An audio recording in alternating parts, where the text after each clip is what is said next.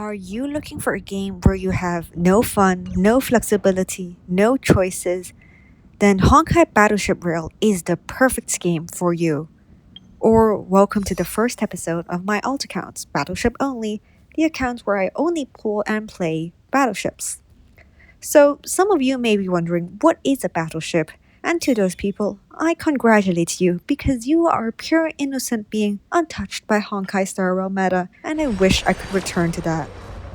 But more to the point, a battleship is basically any sort of theme team, anything with a consistent team for all teammates. But in terms of HSR meta, it really is referring to a highly synergistic and highly powerful group of teammates like Modern Remembrance for the past year. And in this account, I'm planning to pull similar teams to that, though I expect that we'll have much more strict team locking from now on. So most teams will be closer to a battleship than not. So what determines whether I'll pull a team on this account is whether the flagship character has a gacha animation, basically, because that's really the most obvious way to tell. And I'll pull other teammates as well. Now, obviously, we don't have anyone with a gacha animation on banner right now, but I'm pretty confident that our anniversary character, who has been trip marketed, Silver Wolf 999, will be one of those. So I'm just going to pull the 4.0 units, which I was told in a dream from Oronyx were her teammates. But why am I starting this account? Because it's not going to be very challenging to finish endgame with the most chilled, most powerful teams. But at the same time, I can't afford to pull every single battleship on my main account. And this will help me get more first-hand experience in teams that are going to be very popular amongst other players and help me comment on the meta, even though it may not be the most, quote, fun way to play. And then the overall goal is just to clear Memory Chaos, Pure Fiction, and Apocalyptic Shadow with this team. And because of the team requirements, Anomaly Arbitration is a third off goal, but that's definitely on the table once it's feasible. And Zero Cycling is also something I would like to try. Now, let's talk about some of the other rules of the account. This account will be completely free to play. In particular, we won't get access to any of the Battle Pass light cones, which will increase the difficulty of playing the new path team, but that is part of the challenge. I will be focusing on pulling a battleship team, but I do not have to pull every battleship. I'll just record the numbers of pulls used per battleship, and this includes any pulls for characters that were kicked off the battleship. And here we have our first limited 5-star on this account, Yaoguang. I did know this was going to be Yaoguang because I had a guarantee on this account from playing around with it earlier, and I've just repurposed it for this challenge. I'll put down the number of polls before the polls today as 75, and I'll add what we use today and tell everyone the number later. There's no hard cap to how much I can use, but I will evaluate whether it's been a good use of resources based on this number.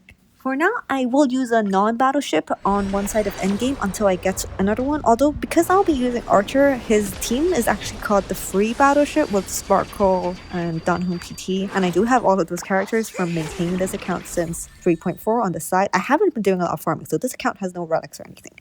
But I can use that team until I identify a second battleship that I want to pull for this account. Alternatively, if there are any abandoned units that originally pulled for a battleship but they got kicked off, I can also use that on my second team if they're helpful.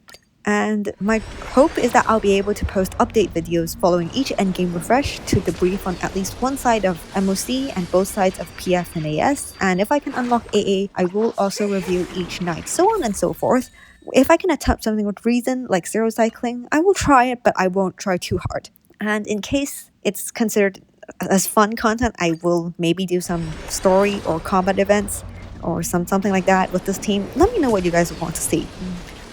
Now, while we continue our Sparxie pulls, I want to elaborate a little more on what battleships and main pushes are and what kind of mindset you should have if you're going for these teams. So, a really important point is I do not expect these teams to perform the best in a low-cost setting. They are really targeted at spenders, and I would only recommend investing these teams if you're ready to invest at least 5 costs. A cost is a limited unit, Eidolon, or signature.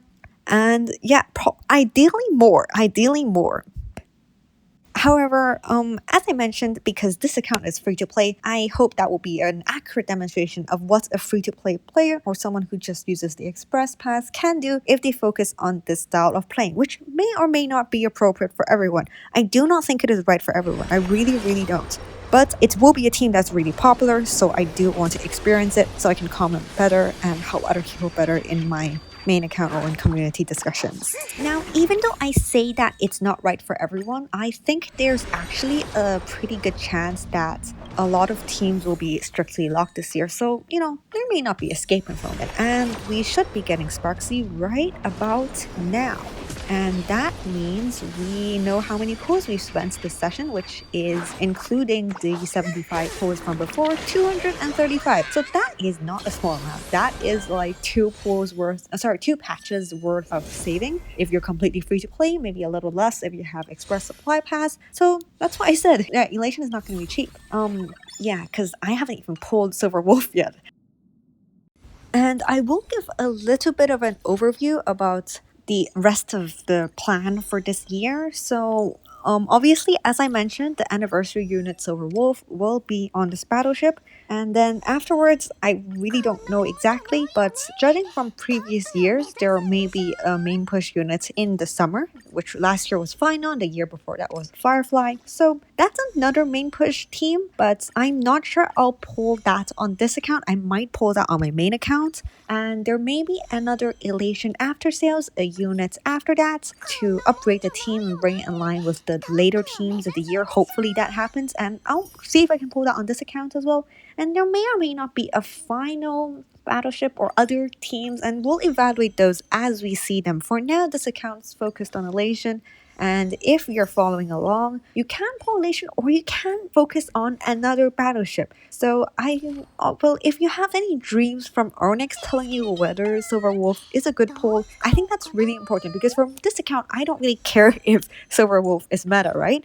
If she's the worst unit ever, then it would be really stupid to pull around her. But if she's a great unit, then you don't know. You just have to gamble. So I don't mind gambling, because this is an alt account and I was gonna pull these units anyways, even if they're not good. And if you love Silver Wolf, if you love Sparxie, if you love Yaoguang, obviously you can just pull without worrying too much. But if you're just in it for the meta, don't follow battleships blindly. That's what I have to say. So now I'm going to talk about these units, Eidolons and signatures. So I am cognizant of the fact that I plan to keep these units at E0 and S0, and that's because there's a chance they don't stay on the final battleship. So last year we had Tribby as an example. She's fine for casters for several patches, but by the end of 3.7 you might want to have changed her out for Cyrene. And the problem there is, if I think one easier S0 unit is fine because you get to use them for quite a few months, make your life much, much easier. But if you invested Eidolon signatures and they just get thrown out, that doesn't feel so good. And actually, the units here do have really good Eidolons and signatures, so I will talk about them, but I won't pull them at least right now. So let's look at these Eidolons. Let's look at Yaoguang's Eidolon 1, the most important one. In a Haas extra turn triggered by ultimate, the fixed amount of punchline taken into account increases to 40, and elation damage ignores defense. That's not important. The important thing is the extra 20 punchline. So if that's useful, or if you need a lot of damage from elation skill, or if punchline is charging you somehow, that could be useful, but it's not the most critical right now. Let's look at Sparxie's as well. Sparxie's Eidolon 1, when a hot instant gains 5 punchline. This one's actually not that important. We can just move on to Eidolon 2. Eidolon 2 is the big one, which is a bit more expensive. When a hot instant ends, Sparxie gains 1 extra turn and 2 throw. So this means that Sparxie does not have to crawl on the AV. So if you understand a bit about HSR meta, which I hope you don't again, if a unit is dependent on their own turn, that means they have to consume AV, and everything in the game revolves around consuming as little AV as possible. So if you can have someone else drive your DPS, that's actually really advantageous, because then your DPS doesn't have to crawl with their snail speed. I'll come back to this concept later, but her Eidolon 2 makes her not have to do this, so it's a pretty good Eidolon. Now let's take a quick look at the signatures. So the most important part of Sparxie's signature is that it increases the skill point upper cap based on the number of elation units. So this is really handy. It goes up to 3. This means you won't overcap on skill points as often, and Sparxie completely depends on having skill points during her turn. So this is really handy, but it's kind of expensive. It's still a light cone, so I'm skipping it for now. And now let's look at Yaoguang's light cone. Most important thing is that it increases her speed, making her much easier to build, and it also increases her energy recharge and gives her flat energy. And this is really good because fundamentally she has a bit of an energy economy problem. Her out is a bit slow. So this is quite handy, but again, passing on it for now, and let's see how we do without either of these signatures. And finally, let's talk a bit about the pretty much the most important units in Elation. And it's actually not Silverwolf, it's actually a Ha. So if we go into battle with our Elation units currently, we can see that an Ha instant is on the action queue. This is like a group project Lightning Lord. When it activates, everyone does their Elation skill if they're Elation. And a few things you want to know about this. I'm just going to focus on the main points. I'm going to assume you have some basics of gameplay knowledge here, but the most important point right now is that just like normal Lightning Lord, how the most important thing is you have Sunday to advance it, the most important part of Aha is whether it can move faster, because it's a bit slow. So its speed is based on the speed of all elation units, with the fastest contributing the most, and the more elation units you have, the more it helps the speed. And the faster they are as well, but the slower two-thirds of your team does not matter that much. Here's the thing. If Aha is moving slowly, so is a lot of the damage. So what are your options? Is to either make Aha move faster, which is what Yaoguang's ult does, but it has a really high energy cost. Your other alternative is maybe your Elation DPS could have more damage by themselves, but like I mentioned, Sparxie at E0 is turn-based completely, right? But if she could get up to E2, then maybe she could just follow along Aha, and then Yaoguang could advance her. And I think that's really important. I think it should be focused on trying to make Aha your new Pollux, just like how Castaway has our Pollux, right? Everyone charges Pollux, we go and detonate the dragon, we have big damage. So that's, I think, what you would ideally want Elation to do. And if Elation is going to instead have a bunch of AV sprinters that are just focused on their own turns, and that includes the Aha instant, that includes easier Sparxie, and if that should include more units, more DPSs on the team, that could end up being a little bit dicey. That said, it is the new Shield team, so I'm sure that Hoyoverse will adjust them as needed and give them lots of beautiful environments to shine in. And I think with that, I will wrap up this video and I'll play with the team some more. I'll grind up some of the jades in this account, and then I'll check back in once endgame refreshes and tell you how the team is doing so far. Alright, if you have any questions, comments, leave them down below. Thanks.